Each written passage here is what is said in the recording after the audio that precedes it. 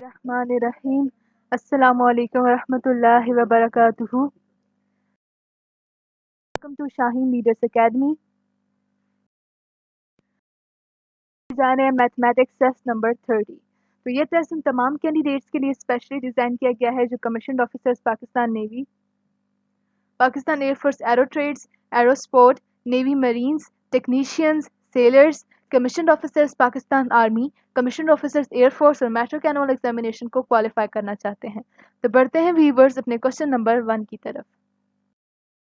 Characteristic of log 3.216 is. तो मैंने आपको पहले जो अपनी वीडियोस थी उनमें लॉग का तरीका क्या बताया था, और देन आपके जो 10 का एक्सपोनेंट होता है वो उसका कैरेक्टरिस्टिक होता है। लेकिन वो उस सूरत में था जब आपने उन टर्म्स का लॉग नहीं लेना था। लेकिन अब पहले आपको कहा गया कि पहले आप लॉग लें देन आप कैरेक्टरिस्टिक बताएं। तो इसमें सबसे पहले आपने क्या करना है, आपने लेना है 3.216 का लॉग। जब आप इसका लॉग लेंगे तो आपके पास आंसर जो होगा वो क्या होगा, 0.507। तो इस सूरत में आपके पास दो तरीके हैं कैरेक्टरिस्टिक फाइंड करने के। एक तरीका ये है कि आप ये देखें कि पॉइंट के पहले क्या आ रहा है। पॉइंट के पहले अगर आपके पास 0 है तो वो आपके पास कैरेक्टरिस्टिक 0 आएगा। दूसरा तरीका ये आपने ये देखना है कि पॉइंट के बाद कितने 0 आते हैं आपके पास। तो पॉइंट के बाद आपके पास एक 0 आया हुआ है तो यहाँ पे भी जो है आपके पास 0 होगा। लेकिन बेहतर है कि आप इस वाले तरीके को ना यूज़ करें। आप सिंपली ये देखें, जब आपके पास लॉग आ जाता है तो आपने सिंपली ये देखना है कि पॉइंट से पहले जो है आपके पास क्या आ रहा है। जो आपके पास पॉइंट से पहले आएगा वो आपका कैरेक्टरिस्टिक होगा। Simple logarithm has a base. मैंने पहले बताया था कि सिंपल लॉगरिथम की बेस हमेशा 10 होगी। अगर आपके पास सिंपली लिखा हुआ है लॉग एक्स तो इसका, और यहाँ पर कुछ भी नहीं लिखा हुआ, इसका मतलब है कि यहाँ पे 10 है, क्योंकि कॉमन लॉगरिथम की जो बेस होती है वो 10 होती है। 00416 can be written in scientific notation. तो इसका आप यहाँ पे पॉइंट दिए हुए है, सिंपली आपने पॉइंट को फर्स्ट नॉन जीरो डिजिट के सामने लाना है। तो फर्स्ट नॉन जीरो डिजिट क्या है, 4। तो यहाँ से आप मूव करेंगे, यहाँ पे ले आए तो 4.16।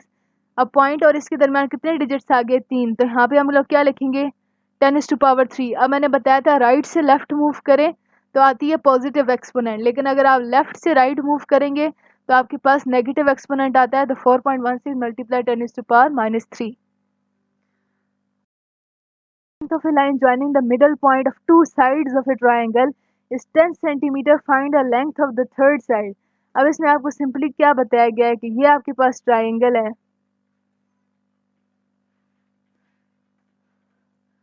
ठीक है। ट्राइंगल आपके पास ए बी सी। अब उन्होंने क्या है, a line joining the middle point of the two sides. दो साइड्स के मिडल पॉइंट, ये इसका मिडल पॉइंट है आपके पास, ये इसका मिडल पॉइंट है आपके पास, ठीक है। तो इन दोनों की ये लाइन जो है वो ज्वाइन करी है। इसकी लेंथ कितनी है, 10 सेंटीमीटर। तो इसने कहा find the length of the third side. तो आप इस साइड की लेंथ बताएं। अब जो फार्मूला हम यूज़ करते हैं भैया, अब ये आपके पास पॉइंट बन गया है डी और ये आपके पास पॉइंट बन गया ई। तो ये जो ट्राइंगल आपके पास बनी है सी डी ई, जो बाकी आपके पास ए बी सी ट्राइंगल है उसकी जो हर साइड की लेंथ है वो हमेशा इस लेंथ से, यानी कि मिडल लाइन की लेंथ से हमेशा डबल होती है। यानी कि ए बी की जो लेंथ होगी आपके पास वो इस लेंथ की, इस लाइन की लेंथ से डबल होगी। तो ये 10 है, इसका डबल आपके पास यानी कि ट्वाइस होगा, 10 × 2। इसका क्या आ जाएगा, 20। यानी कि थर्ड साइड जो हमारे पास ए बी है उसकी जो लेंथ है वो 20 सेंटीमीटर है। 5. A line having its both hand on the circle and do not passing through the center of a circle is called. ये आपके पास सर्कल है, ये इसका मिड पॉइंट है। अब उन्होंने कहा एक लाइन है जो सर्कल के दोनों एंड्स को टच कर रही है लेकिन उसके दरमियान से नहीं गुजर रही, यहाँ से गुजर रही है या यहाँ से गुजर रही है, तो उसको हम लोग कहते हैं कॉर्ड। जो भी दो एंड उसके टच हो रहे हों सर्कल के साथ लेकिन वो उसके दरमियान से ना गुजर रही हो उसको हम लोग कहते हैं कॉर्ड। क्योंकि अगर दरमियान से गुजर रही होगी तो उसको हम लोग क्या कहेंगे, diameter. Right triangle only one angle is. तो ये राइट ट्राइंगल आपके पास, इसमें से जो सिर्फ एक ही एंगल होता है वो क्या होता है, 90 डिग्री का। तो 90 डिग्री के एंगल आपका क्या कहते हैं, right angle. The middle point of 2 3 4 4 5 7 9 is. तो मिडल पॉइंट इसमें क्या होगा, इसमें मिडल पॉइंट होगा 4, बिकॉज 4 के इस साइड पे भी 3 एलिमेंट्स हैं 5 7 9 और इस साइड पे भी 3 एलिमेंट्स हैं 2 3 4। Solution set of under root X is equal to 6। तो सिंपली आप क्या करेंगे, अंडर रूट को ख़त्म करने के लिए दोनों साइड पे क्या कर लेंगे, स्क्वायर ले लेंगे। तो ये अंडर रूट और ये स्क्वायर ये आपस में कैंसिल हो जाएंगे, इधर एक्स आ जाएगा, 6 का आप स्क्वायर लेंगे तो आपके पास क्या आएगा, 36। Question number 9. If r is equal to 0, 1, 1, 2, 3, 4 is a binary relation, then its ranges is. तो मैंने पहले बताया था कि जो आपके पास फर्स्ट डिजिट होता है वो होता है x, सेकंड या लास्ट डिजिट होता है आपके पास y। तो ये आपके पास x है, ये y है, तो जितने भी y वाले एलिमेंट्स हैं यानी कि 1, 2 और 4 ये आपके पास क्या है, रेंजेस हैं। जबकि जो आपके पास x वाले एलिमेंट्स हैं यानी कि 0, 1 और 3 या आपके पास डोमेन्स होती हैं। तो यहाँ पे हमसे रेंजेस पूछेंगे, तो रेंजेस क्या है, 1, 2 and 4। Number 10. If b is a real number then point 0 b lines on. तो यहाँ पे इसमें आपको मैंने पहले बताया था जो फर्स्ट एलिमेंट है वो क्या है, x, और जो सेकंड एलिमेंट है वो आपके पास क्या है, y। ठीक है, तो अब इसमें क्या पूछेगा, b किस एक्सिस पे होगा, तो b सिंपली किस y एक्सिस पे होगा, यानी कि ये आपके पास है 0। तो ये 0 जो है x एक्सिस जो है वो आपके पास 0 पे है, और y मिसाल के तौर पर अगर यहाँ पे b है तो जो b वाला ये यहाँ पे मिसाल के तौर पर है, तो b जो है वो एक्चुअल में y एक्सिस पे है, यहाँ पे है आपके पास। Question number 11. The number whose sum is -13 and product is -30 is. आपका आंसर है 2 मल्टीप्लाई बाय -15। अगर आप करेंगे तो आपके पास 30 आएगा, -15 में से 2 माइनस कर देंगे तो आपके पास -13 आएगा।